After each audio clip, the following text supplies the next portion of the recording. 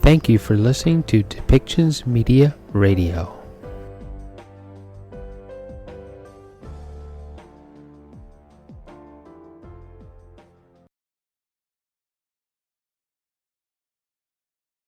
Hello to everyone from Geneva, from headquarters of the World Health Organization. My name is Tarik Yasharevich, and I welcome you to COVID-19 press conference.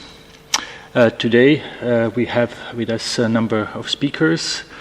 Here in the room, Dr. Tedros, WHO Director General. We have also Dr. Ruggiero Gaspar, who is Director of Regulation and Pre-Qualification.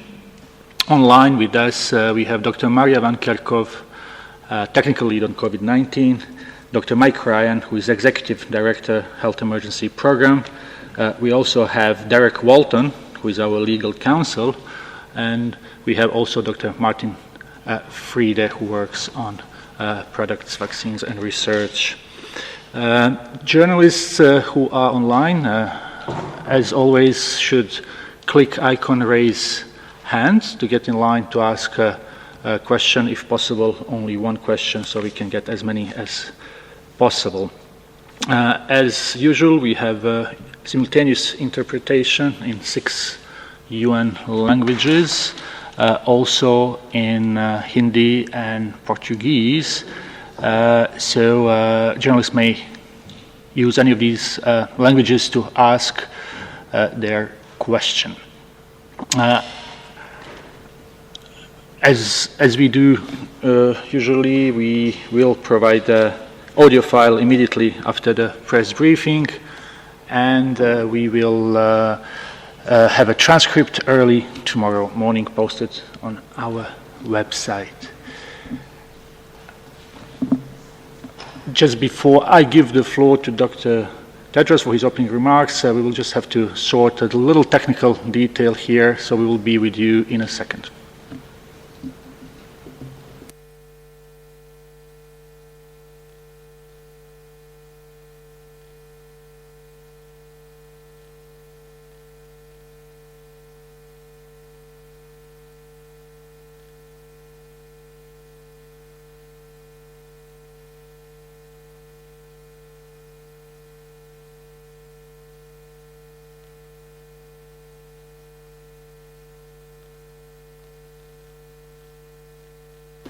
And again, just apologize for this delay. We had a little technical issue, but I think it has been sorted thanks to our colleagues.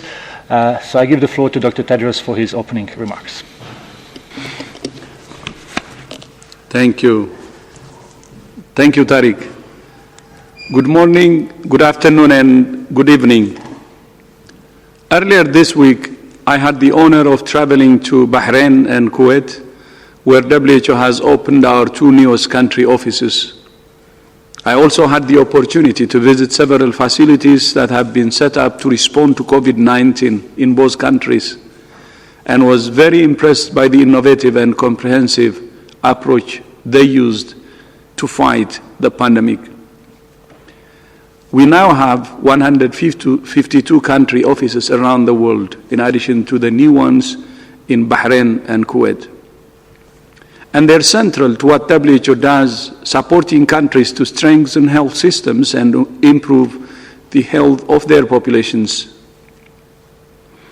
Before that, I was honored to be invited to Tokyo to address the International Olympic Committee, and I attended the official opening. I went to answer a question I'm often asked: when will the pandemic end?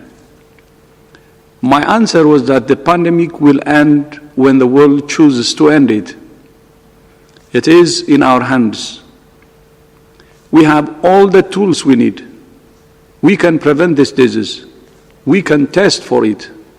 And we can treat it. And yet, since our last press conference, cases and deaths from COVID-19 have continued to climb. Almost 4 million cases were reported to WHO last week. And on current trends, we expect the total number of cases to pass 200 million within the next 2 weeks. and we know that is an underestimate. On average, in 5 of WHO's 6 regions, infections have increased by 80%, or nearly doubled over the past 4 weeks. In Africa, deaths have increased by 80% over the same period. Much of this increase is being driven by the highly transmissible Delta variant, which has now been detected in at least 132 countries. WHO has warned that the COVID-19 virus has been changing since it was first reported, and it continues to change. So far, 4 variants of concern have emerged, and there will be more as long as the virus continues to spread. The rise is also driven by increased social mixing and mobility, the inconsistent use of public health and social measures, and inequitable vaccine use.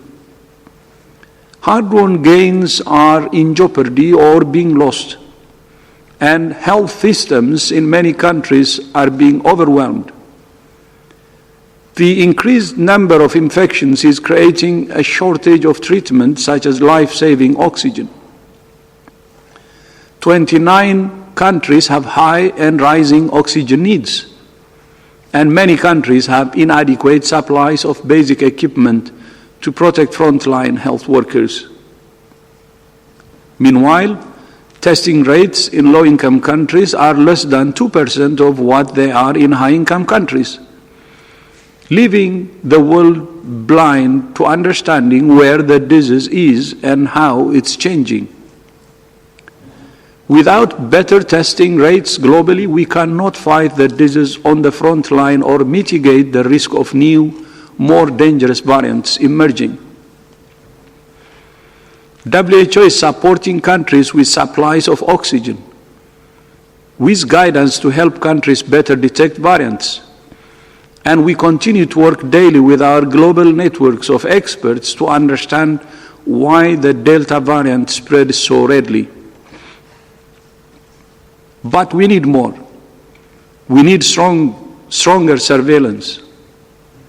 We need more strategic testing to improve the global understanding of where the virus is, where public health interventions are most needed, and to isolate cases and reduce transmission.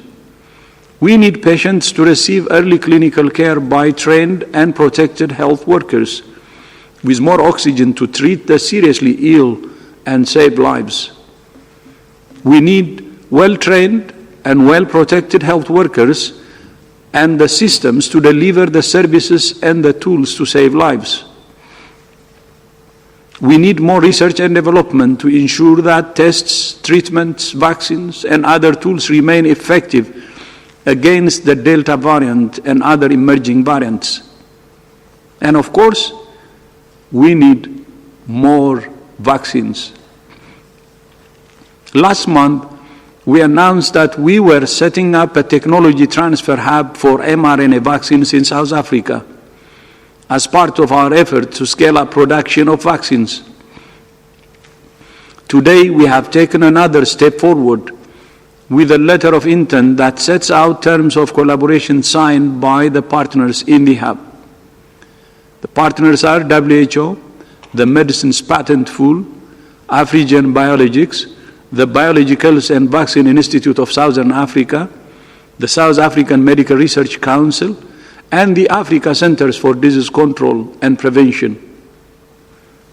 WHO's goal remains to support every country to vaccinate at least 10% of its population by the end of September, at least 40% by the end of this year, and 70% by the middle of next year. We are a long way off achieving those targets.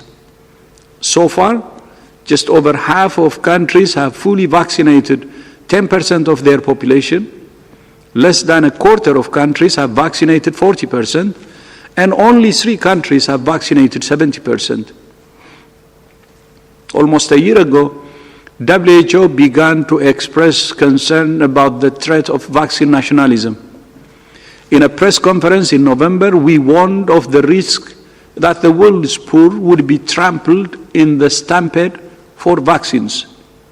And at WHO's Executive Board meeting in January this year, we said the world was on the verge of a catastrophic moral failure. And yet, the global distribution of vaccines remains unjust. All regions are at risk, but none more so than Africa. On current trends, nearly 70% of African countries will not reach the 10% vaccination target by the end of September. Around 3.5 million to 4 million doses are administered weekly on the continent, but to meet the September target, this must rise to 21 million doses at the very least each week. Many African countries have prepared well to roll out vaccines, but the vaccines have not arrived. Less than 2% of all doses administered globally have been in Africa. Less than 2%. Just 1.5% of the continent's population are fully vaccinated. This is a very serious problem if we're going to fight this pandemic and end it. In response to the Delta surge, today the Access to COVID-19 Tools Accelerator is launching the Rapid Act Accelerator Delta Response, or RADAR, issuing an urgent call for $7.7 billion for tests, treatments, and vaccines. In parallel, we will need additional financing this year for COVAX to exercise its options to purchase vaccines for 2022. This investment is a tiny portion of the amount governments are spending to deal with COVID-19. The question is not whether the world can afford to make these investments. It's whether it can afford not to. Tariq, back to you. Thank you very much, Dr. Tedros. Before we open the floor for questions, just to note that we are also joined by Dr. Bruce Aylward, Senior Advisor to the Director General and the lead on ACT Accelerator. First question goes to Dawn Kopetsky from NBC. Dawn, unmute yourself, please. Hi, and thank you for taking my question. My question is, in the United States, the Delta variant, U.S. health officials have said that it behaves differently from previous strains. It's definitely more contagious, but there's also some evidence that it may be more not necessarily deadly, but lead to higher hospitalizations, more severe illness. And my question is it different enough to warrant a new strain name? Are we at the point where the strains have mutated enough to justify COVID-20 or COVID-21? And if not, when do we come to that point? Thank you, Dawn. Maybe we will ask Maria to start. Dr. Van Kerkhove? Thanks, Tarek. Yes, so I can start and perhaps others may want to come in. So certainly the Delta variant is one of the variants of concern that WHO is tracking, as well as many countries around the world. It has demonstrated increased transmissibility, and we've known about this for several weeks, if not several months, in terms of the contagiousness, as you put it. The Delta variant is more transmissible than even the Alpha variant, which was first detected around the end of the year. There are several reasons. We're really trying to get a better handle on why the Delta variant is more transmissible. There are certain mutations in the Delta variant that, for example, allow the virus to adhere to a cell more easily. There is some laboratory studies that suggest that there's increased replication in some of the modeled human airway systems. There are some laboratory studies that are looking at the CT value or the viral load of individuals who are infected with the Delta variant, and we're seeing lower CT values, which means a higher viral load in individuals with the Delta variant. And so there are a number of factors. We're working with many different groups around the world to get a better handle on all of these different reasons. But the SARS-CoV-2 virus and all of its variants are dangerous viruses. With the Delta variant, in terms of severity, we have seen a few countries demonstrate increased hospitalization rates, but we have not yet seen an increase in mortality. And so, again, we're trying to better understand why we may be seeing that. But the Delta variant, in terms of people who are infected with this variant, it has not yet translated into increased mortality. What we do know is that public health and social measures do work against the Delta variant. We know that our vaccines are safe and effective against severe disease and death. And so those who have access to the vaccine, when it's your turn, please get vaccinated and make sure that you get the full course of your dose, because it is definitely working against severe disease and death. There is some data that suggests that people, and we of course have also known this as well, that people who are infected, people who are vaccinated can be infected and they can transmit, although the likelihood of that is much reduced if you are vaccinated. So again, we need people to be vaccinated. But it's important that we look at vaccines and not vaccines only, and that we use a comprehensive approach to understanding and to controlling transmission. Your question about COVID-20 or COVID-19. COVID-19 actually describes the disease. And so the SARS-CoV-2 virus and the way that we name the virus and these variants of concern, there's a process that we have put in place with our virus evolution working group, which has now been formalized into a technical advisory group on virus evolution. And that is helping us to name these in terms of public speaking, as you heard us call it, these Delta variant. But the naming of the virus, there's a classic way in which we do that. The disease that is caused by the variants and the variants of concern hasn't necessarily changed. There's a wide spectrum of disease, ranging from no disease at all to asymptomatic infection, all the way to severe disease and death. And so the name COVID-19 reflects the disease itself. And so we haven't discussed changing that because the disease itself is the same. So again, it's just really important that we continue to do everything we can to drive transmission down, because the virus will continue to evolve the more we allow it to spread. Thank you very much, Dr. Van Kerkhove. Just looking if anyone would like to add. Dr. Ryan, obviously, when you want to jump in, just signal us. But I understand Maria answered this question. I can just add, Tarek. Yes. I think Maria addressed all the issues. Just to reassure people, too, that the Delta variant is a challenge, as the other variants have been. But remember, the diagnostics that we have all around the world still work very effectively against all of the variants, and we can detect the disease quite successfully. And in terms of vaccination, the vaccines that are currently approved by WHO all provide significant protection against severe disease and hospitalization for all the variants, including the Delta variant. So it's important. We are fighting the same virus, but a virus that's become fitter and better adapted to transmitting amongst us humans. That's the change. But the way in which we fight the virus hasn't changed, and vaccines and all of the other measures still remain hugely effective if applied in a comprehensive, fair, equitable, and rapid manner. Thank you very much, Dr. Ryan. So we will go to next question. That's Tomo Deguchi from Kyoto News and Geneva-based reporter. So Tomo, please unmute yourself. Hi, good afternoon. Dr. Tedros, your recent visit to Japan was seen as an endorsement for holding Olympic Games under state of emergency in Tokyo. During the past several days, cases surged, and now Japan is facing the worst ever situation. Don't you think you send the wrong and confusing message by your visit? I'd like to hear Dr. Tedros' response in his own words. Thank you.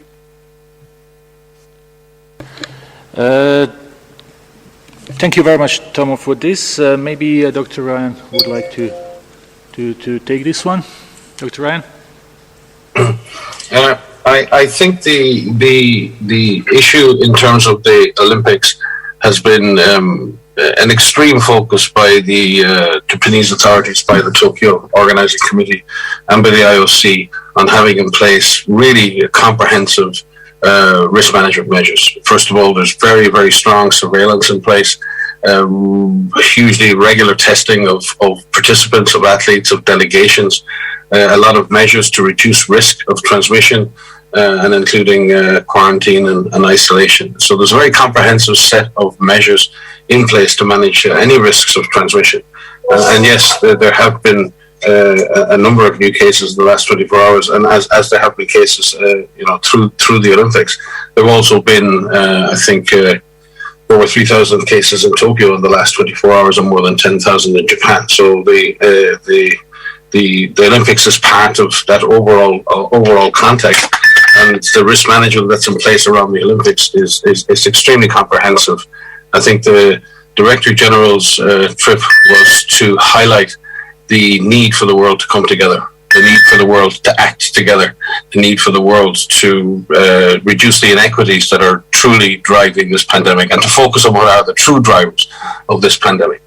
And the true drivers of this pandemic are not within the Olympic Games. They're really related to the deep inequities we have in the distribution and availability of vaccine, the deep inequities in health that we have around the world. And his call was a call to the world. At a moment of unity in sport, we need a moment of unity amongst health systems, amongst governments, amongst everybody, to play fair. That's the Olympics. You play fair, you compete fairly, you try to succeed on behalf of your nation. He wants all nations to succeed on behalf of humanity. And that was his message at the Olympics. It was a very clear and simple message. And it is the important duty of the Director General to use every opportunity that he has as a global leader to put that message to the world and make the world face the reality that we now face, which is a pandemic that is affecting many parts of the world very unjustly and very unfairly. Thank you. Yeah, thank you. So our colleague wanted to hear from me also, so I'd be happy to add to what Mike said, although Mike had already covered everything. As I said in my speech, by the way, in Tokyo, I said that there is no zero risk. There could be less or more risk. And then for things to happen with low risk, you try your best.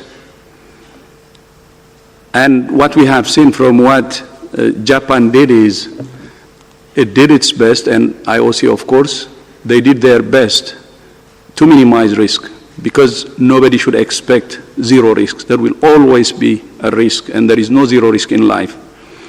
So I know that they have done their best, and we have supported them all along, technical support and other support. I even myself went through a very rigorous testing and retesting, checking and rechecking. How many PCR tests? I know it's a very difficult PCR test, the swab and so on, but I had to go through that myself. And they have done their best and made sure that the risk is minimized and, be able to host the Olympics. I think hosting the Olympics now, it will be a reminder of the world about the pandemic for generations to come. When I was attending the official opening, I saw the torch bearer with a mask and the torch, and that picture still means a lot to me. It shows that we're doing this in a very difficult condition. We're doing this when we're taken hostage by a dangerous virus. But at the same time shows me the determination to fight back. So I think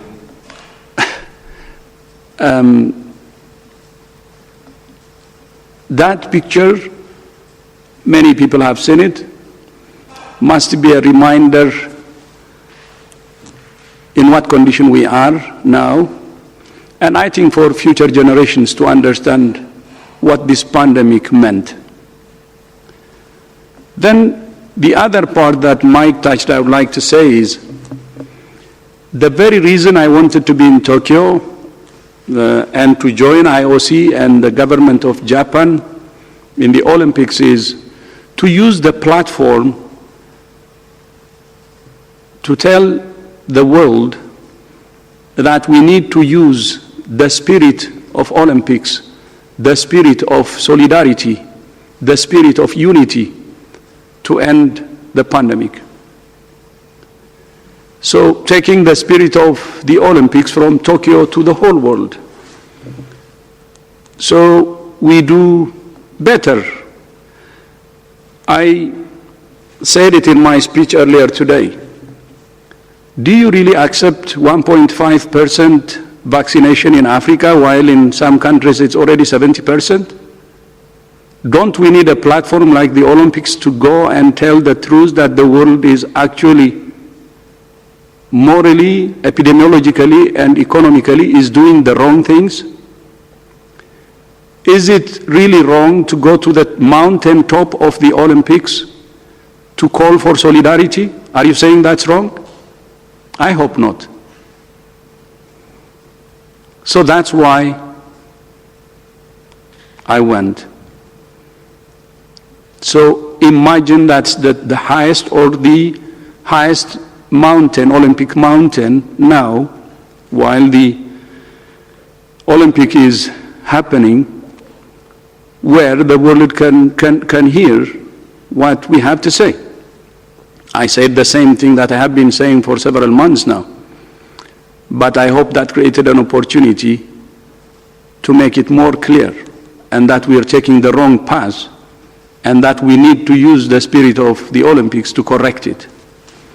So by all means, I think we have to use it as opportunity. And I have a call actually to all athletes who are participating in Japan. We want them to be the ambassadors of solidarity. I know they're going back home, all of them will go back home after the Olympic, and in their respective countries they have to advocate and use the spirit of Olympics, the spirit of sports, the spirit of winning to win on this pandemic. I hope they will accept their challenge. I hope they will accept this challenge and be the ambassadors to defeat this pandemic. Thank you. Tariq? Many thanks, Dr. Tedros, also Dr. Ryan. Let's go to the next question.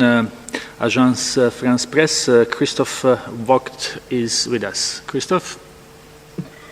Yes, thank you for taking my question. It's about the Delta variant, and I think there was anecdotal evidence out of the UK that young children, were more affected in a more dangerous way, even with hospitalizations. And I was wondering, first of all, if you have seen further studies that confirm that, and second, what your guidance would be about schooling and also vaccination. Thank you, Christophe. Dr. Van Kerkhove, would you like to take this question? Sure, Tarek. So thank you very much for the question. So when these virus variants are detected, there's a lot of surveillance that is increased, which is really good because we need to know where the virus is. We need to understand which viruses are affecting different people. And a lot of this is supported through sequencing. Data from the UK, when the Alpha variant emerged and when the Delta variant emerged, there is increased rates of infection across all age groups. There was some suggestion that the variants were specifically targeting children, but that actually is not the case. What we are seeing is that the variants will target those who are socially mixing, those who are out. And if we increase our social mixing and we have people who are unvaccinated, the virus, if the virus is circulating, including the Delta variant, will infect individuals. So let me be very clear. We are not seeing the Delta variant specifically target children. What we do see is that the variants that are circulating will infect people if they are not taking the proper precautions, if there is increased social mixing, if we're not using public health and social measures, if they're not vaccinated. And so this is why we continue to advise this comprehensive package of interventions, whether these are at an individual level, the physical distancing, which remains critically important. Avoiding gatherings, spending more time outdoors than indoors, improving ventilation if you are spending time indoors, getting vaccinated when you can. And so there are a lot of measures there are tools that we have at hand that can keep us, our loved ones, and children safe. With regards to schools, we have recommended a plan for schools to reopen and stay open safely in terms of opening in settings where the virus is controlled, making sure that transmission in the community is driven down to a low level, because you have to remember that schools don't operate in isolation. They operate in communities. And so first and foremost, we need to drive transmission down, and then work with the school systems to make sure that there are certain plans in place, to be able to detect cases, to be able to care for cases, to be able to carry out contact tracing, to be able to communicate with children and their families about the plan, should the virus be detected amongst students or amongst the people who are working at those schools. To make sure that there's good disinfection, if children are age appropriate, to make sure that they can wear masks and that they're supervised in wearing of those masks, etc. So there are ways in which many countries have opened up their schools safely and kept those schools open, because schooling is critically important for children, not only for their education, first and foremost, but also for security, for safety, for their social well-being. And in many situations, this is where children receive their food. So it is really important that schools open, that they open safely. And there are ways in which the schools that can open and can remain open, but we really do need to drive transmission down in the communities to make sure that they can open safely.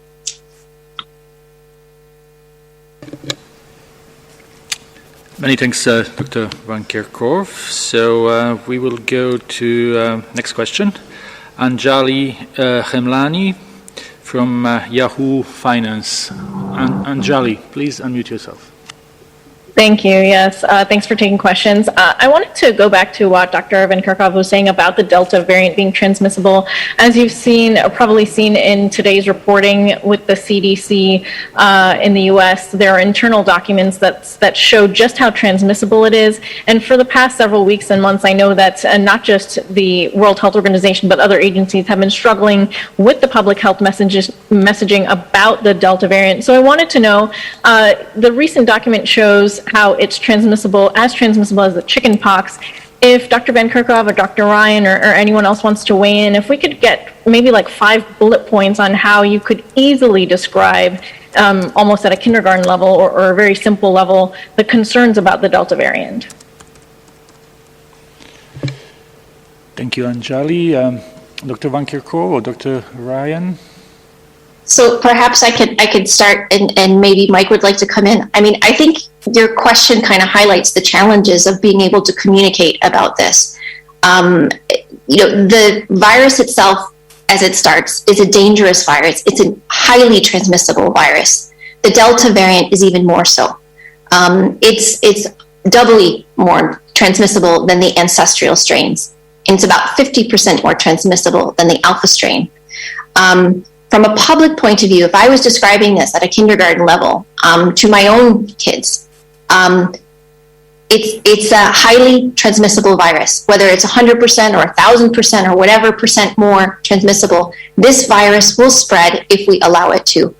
And so the bottom line is that we need to do everything we can to protect us, to protect ourselves, and to protect our loved ones. And we can do that. So what we need to do is continue to keep ourselves safe by physical distancing, by wearing a mask, by keeping our hands clean, by spending more time outdoors than indoors. We need policies that are in place that enable people to work safely, go to school safely, live their lives safely. And a lot of this is around making sure that these policies allow to adhere to these individual level measures to improve ventilation in indoor spaces, to make sure that we have vaccines and we have access to vaccines, and that the vaccination plans that countries all over the world that have worked so hard to develop are able to be implemented by having access to that vaccines. We need to work against vaccine hesitancy and vaccine acceptance, making sure that people receive those vaccines. So from the Delta variant, the Delta variant is dangerous. The Delta variant can transmit. It is more transmissible, the most transmissible virus, SARS-CoV-2 virus to date. But this will not be the last virus variant that you hear us talking about. And so what we need to do is move away from the next latest virus, right? The next latest variant, because there will be more. And it's in the virus's interest. Viruses are not alive, so they don't have a brain to think through this, but they become more fit the more that they circulate. And so the virus will likely become more transmissible because this is what viruses do. They evolve, they change over time. And so we have to do what we can to drive it down. So again, it wasn't your 5 bulleted short point answers, but it's more transmissible, and it's the most transmissible virus to date, but we have the tools at hand that can reduce the spread. So I think that's what we really need to be focused on. Thank you very much, Dr. Van Kerkhove. Mike, yes, please, Dr. Ryan. Yeah, I wouldn't characterize us as struggling to communicate on variants, and specifically on the Delta. We've been speaking about this for months now and tracking this virus through our virus evolution working group and through the wonderful work going on all over the world by so many labs in tracking this virus within the public health systems. And the dangers posed by Delta have been raised time and time again by the Director General and by WHO. On fully understanding the dynamics of how and why it is more transmissible is still taking time to determine, and there's a lot of studies underway to try and understand that, because that may affect what we do about this virus. But if we're explaining this to ourselves, and it's not just at kindergarten level, in some senses we're all in kindergarten when it comes to this virus. We're still learning, and we've taken baby steps in trying to control this virus, but we're going to and we're explaining this to people. Essentially, it comes down to, on average, one person with this virus will infect more new people if they have the Delta strain, unless we prevent that by continuing to practice the measures that reduce transmission, like physical distance and wearing masks and hand hygiene, and ensuring that we're not spending time in poorly ventilated spaces with lots of other people, and all of the other measures that we've spoken about again and again. The same measures that we've applied before will stop this virus. They are stopping Delta strain, especially when you add in vaccination. But we need to work harder. The virus has got fitter. The virus has got faster. It doesn't change our game plan. The game plan still works, but we need to implement and execute our game plan much more efficiently and much more effectively than we've ever done before. And that includes getting more vaccines out there, increasing and improving. DG spoke about it. He said it in a speech. He laid it out. These are the things we need to do more of, and we need to do much better, and we need to do much faster. There are no golden silver bullets here. There are no magical solutions. There's no magic dust. It's been the way for the last 18 months, and people keep asking for magic dust. It doesn't exist. The one magic dust we do have is vaccination. Problem is, we're not sprinting that evenly around the world, and we're working against ourselves. So from that perspective, Delta is a warning. It's a warning that this virus is evolving, but it's also a call to action that we need to move now before more dangerous variants emerge.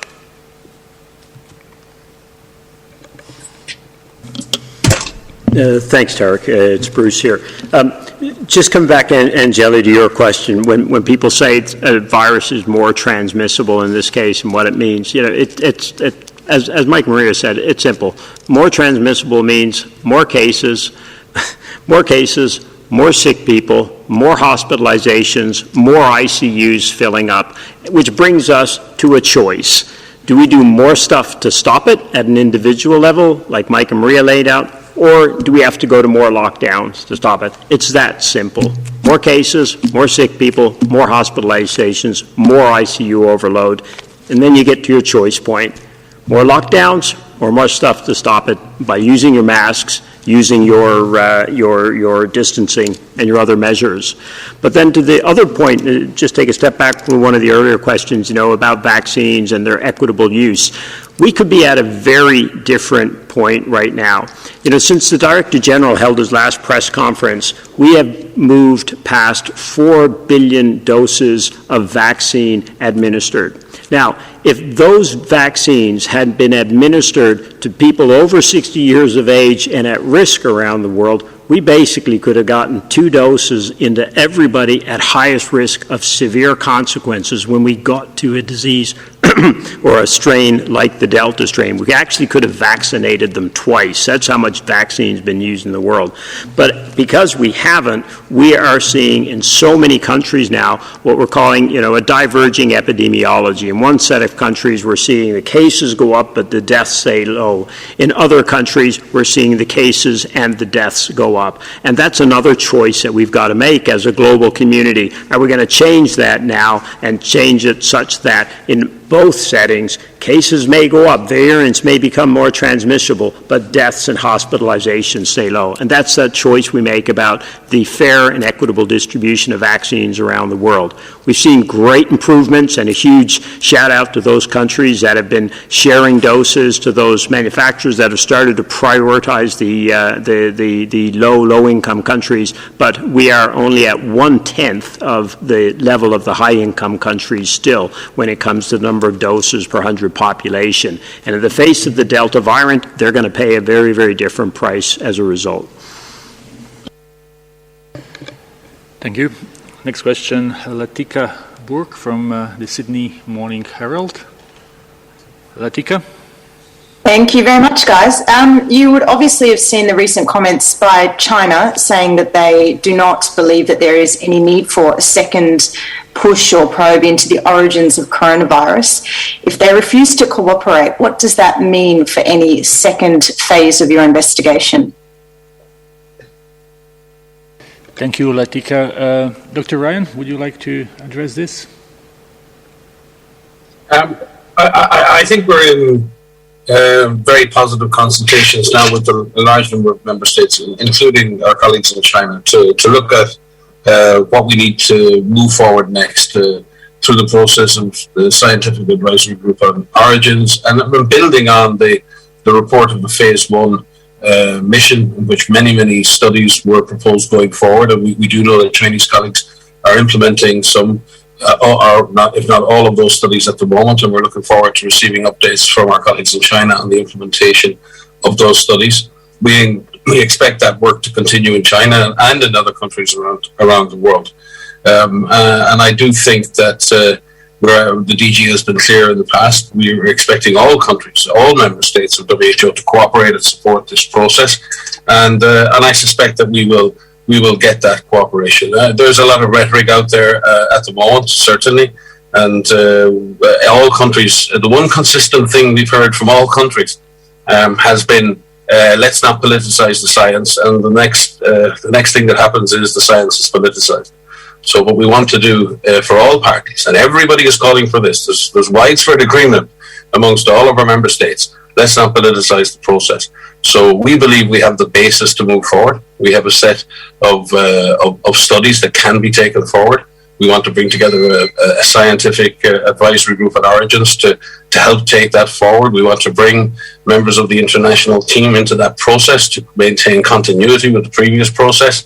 And we want to reassure our colleagues in China that this process is still and has always been driven by science. We have stuck to the principles of the process of this from the very beginning. We've not acceded to pressures on one side or the other. The DG has tried to steer a path that has been driven by science, by evidence, taking no sides, and trying to reach the objectives that we all want: to control COVID-19, to establish the origins of the virus, and put in place what measures we can to prevent a further re-emergence of a similar virus in the future. Many thanks, Dr. Ryan. Next question, Isabel Sacco from EFE News Agency. Isabel?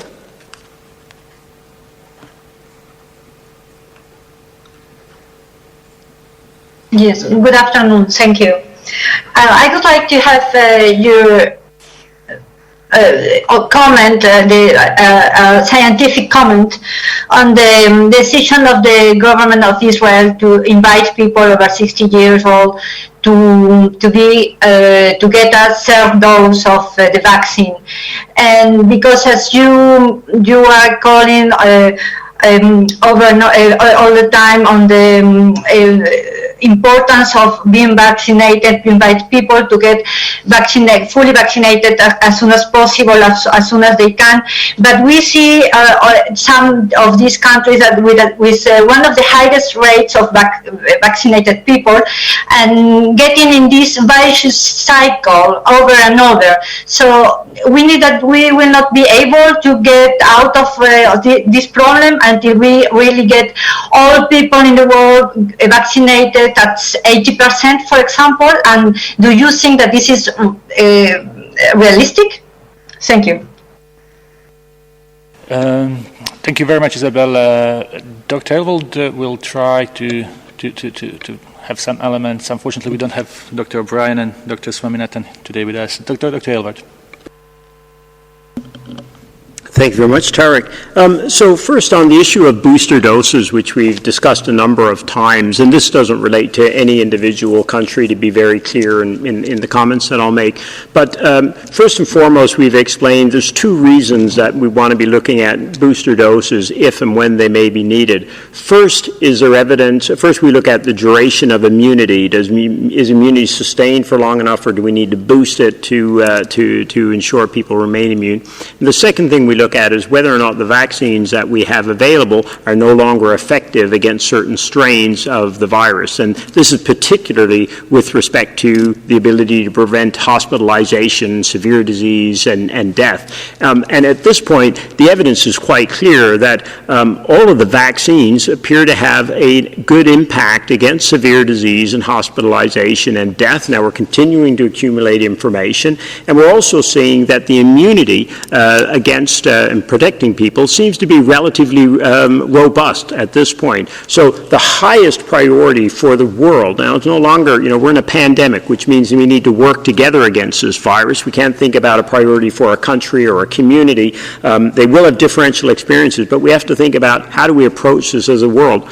And the first priority has got to be to get at least 2 doses of vaccine, or 1 dose if it's the J&J vaccine, into first of all, the healthcare workers, the older populations, the people with the comorbidities that put them at risk of severe disease and death, and then working down to what we believe would need to be at least 60% coverage in all countries, which works out to about 70% coverage globally to really slow down the transmission, reduce the risk of emergence of new variants. But as we say that, I think it was Isabel asked the question, we need to be a little bit careful that we're still, as Mike used the term, we're in kindergarten when it comes to this virus. I was hoping we're in primary school by now, but we're still very much in a learning mode. And, we will say this is our best possible judgment based on the data and the information we have today. It will evolve as we go forward, but there's absolutely no question that the highest priority for vaccine suppliers, for countries that produce vaccines, for countries that are using vaccines and have contracted, high quantities of vaccines, the highest priority has got to be helping all countries get to at least 10% of their population vaccinated, 20%, 40%, in line with the targets that the Director General has laid out, which are crucial to getting the entire world out of this pandemic. So hopefully that addresses the question. There were a couple of points to your question, but hopefully we've captured the key ones. Apologies if we haven't. Thank you very much, Dr. Elwold. And if there are some aspects that have not been covered, Isabel, feel free to send us an email and we will try to answer. Next question, Geneva-based correspondent Peter Kenny, working with Anadolu News Agency and others. Peter? Thanks for taking my question. We have heard about epidemiological divergence, and the variant mutates all the time, but so has the at-risk group changed. Initially, it was over 60s and others, but now we have a much younger group in some countries. Does that mean that the advice as to what are the at-risk groups is changing? Thank you. Thank you, Peter. Dr. Van Kerkhove, would you like to try? Yeah, sure, Tarek. So perhaps I could start, but I think there's two parts to this question. One part to this question relates to exactly how it was asked in terms of risk groups. But I think the second part of this question has to do with priority groups for vaccination. In terms of groups that are at risk for developing severe disease, groups that are at risk for death from infection from the SARS-CoV-2 virus, those have remained relatively stable over time. We know people of advanced age, people over the age of 60, and as age increases, the risk of developing severe disease and dying increases as age increases. We know with people with underlying conditions, such as chronic respiratory conditions, cardiovascular disease, HIV, obesity, diabetes, have an increased risk for developing severe disease and dying. What we do know is that over time, we do see a shift in terms of the age range in which people are getting infected. And again, that has to do with how social mixing patterns happen. If you remember, even a year ago, more than a year ago now, last spring in the Northern Hemisphere, we saw what appeared to be an age shift in the average age of infection. And people were wondering, has the epidemiology changed? Has the virus changed? But in fact, what that was due to was the fact that older individuals were staying home more, younger individuals who had to leave their home to go work were leaving their home and were increasing the number of contacts that they had and were at a higher risk of exposure and therefore at a higher risk of infection. But in terms of those people who are at an increased risk for developing severe disease and dying, it's those that have underlying medical conditions of any age, this includes children, and people who are over the age of 60. And we know that, again, the increased risk increases substantially as age increases. And then, so there are differences as we see in terms of the infection rates. But again, over time, as individuals who are of the older age groups, those who have underlying conditions, those groups are prioritized for vaccination first. Those individuals are protected against severe disease and death because, again, we have several safe and effective vaccines that prevent against severe disease and death. We need access to those vaccines to actually have them work. And this is why we need good vaccine equity around the world. And so that's the shift that we see. Thank you very much. Dr. Aylward, would you like to add on a second part? I think Ria was clear in answering the question. The prioritization of vaccination has got to still follow the order of priorities that Maria talked about in terms of severe disease and death. What we are seeing, though, in the high-income countries, as you alluded to, Peter, we're seeing this divergence now in the epidemiology, right? It's a fancy way of just saying that what the outbreak looks like and the damage it's doing, what it looks like in populations in high-income vaccinating countries is starting to look very different from what we're seeing in the low-income non-vaccinating countries because they don't have access to vaccines. And so if there needs to be a shift in our prioritization, it's not in terms of our target groups who we're vaccinating. The shift needs to be in where we're vaccinating, that we need to look at vaccinating. Great, we've covered the high risk and highest older populations, health workers, et cetera, in the high-income countries. We need to make sure we are doing it in the low-income and other countries. So before we start moving down age groups, we need to look geographically at what we're doing. And again, as we've seen, you'll remember when we first started talking about Delta virus and the various other strains, these were only found in 1 or 2 countries, but they very rapidly now, as the Director General said in his comments, spread everywhere, 132 countries countries now that we know have the Delta virus. There's probably many more. So, it's a bit of a fool's bargain to think that you can vaccinate your way out of this in one country without paying attention to the rest of the world. And I think that message is getting through now. We're starting to see more donations in response to the call and more sharing of vaccines and doses in response to the Director General's call, but we're still nowhere near the numbers we need to get to if we're going to get, at least 10% of the population, 20% of the population vaccinated in the majority of the world's countries. So yes, as we see more disease in younger populations as a result of the fact that older populations are vaccinated in many parts of the world, we still need to remember and look at geographically, there are huge parts of the world where those most at risk of dying are not vaccinated. And that's the reason the most alarming statistic, and what the Director General said in his comments this morning, was the 80% increase in deaths in Africa over the last 4 weeks. This should be completely unacceptable on a global scale. The fact that we can even say those numbers without reacting to them that way, this should be completely unacceptable in an era where we have powerful, effective vaccines, where you have billions of doses of them, and in some parts of the world, 80% increase in deaths. Completely unacceptable. We can't change that unless we shift our priorities from who gets this to where they're getting it, and make sure there's equity in the distribution of these products. Thank you very much, Dr. Aylward. We have time for maybe one more question, so let's talk to Sarah Jerving from DAVX. Sarah? Thank you so much for taking my question. What percentage of the overall population on the African continent do you expect realistically will be vaccinated by the end of this year? And when do you realistically expect the African continent to reach that herd immunity threshold? Thank you. So people are going to disagree with me, but, I tend to think the world is going to come together and realize that we have got to make a massive step change in our attention to the vaccine supplies that are going into Africa.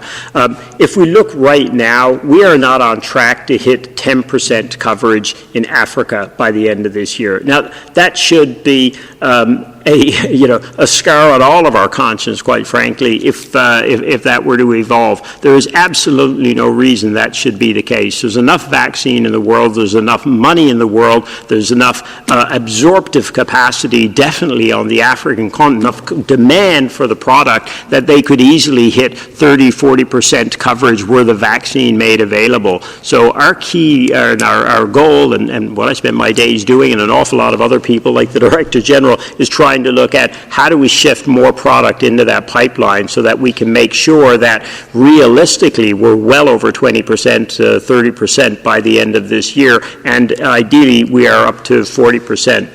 When will Africa countries be able to hit, the level of immunity needed, what you call the threshold for reducing transmission, et cetera?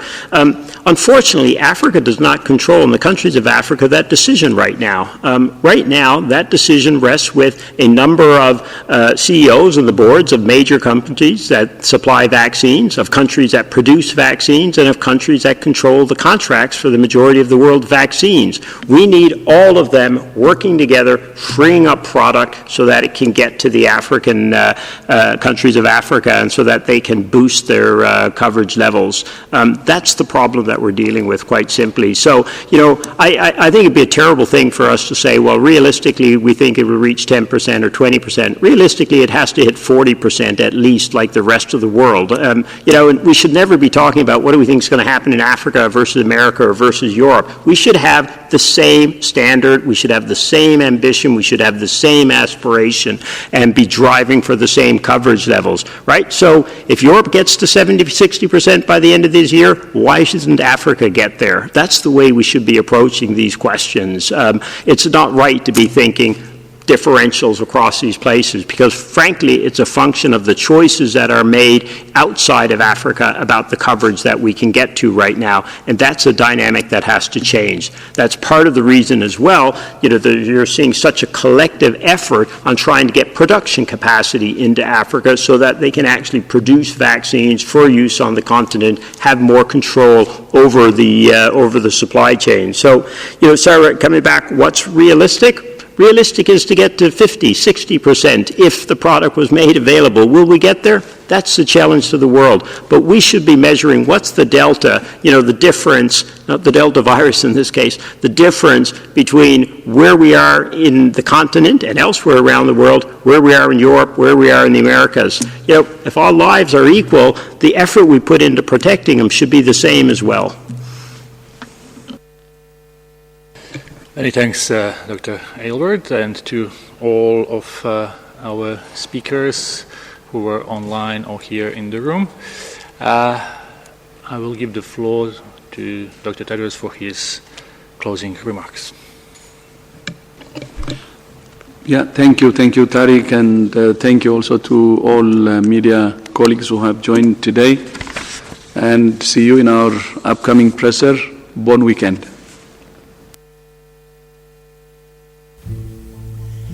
Thank you for listening today, and thank you for supporting us with our sponsors. Please go to depictions.media for more information, and click on our contact link and let us know how we can help bring your story and help bring us to a better world.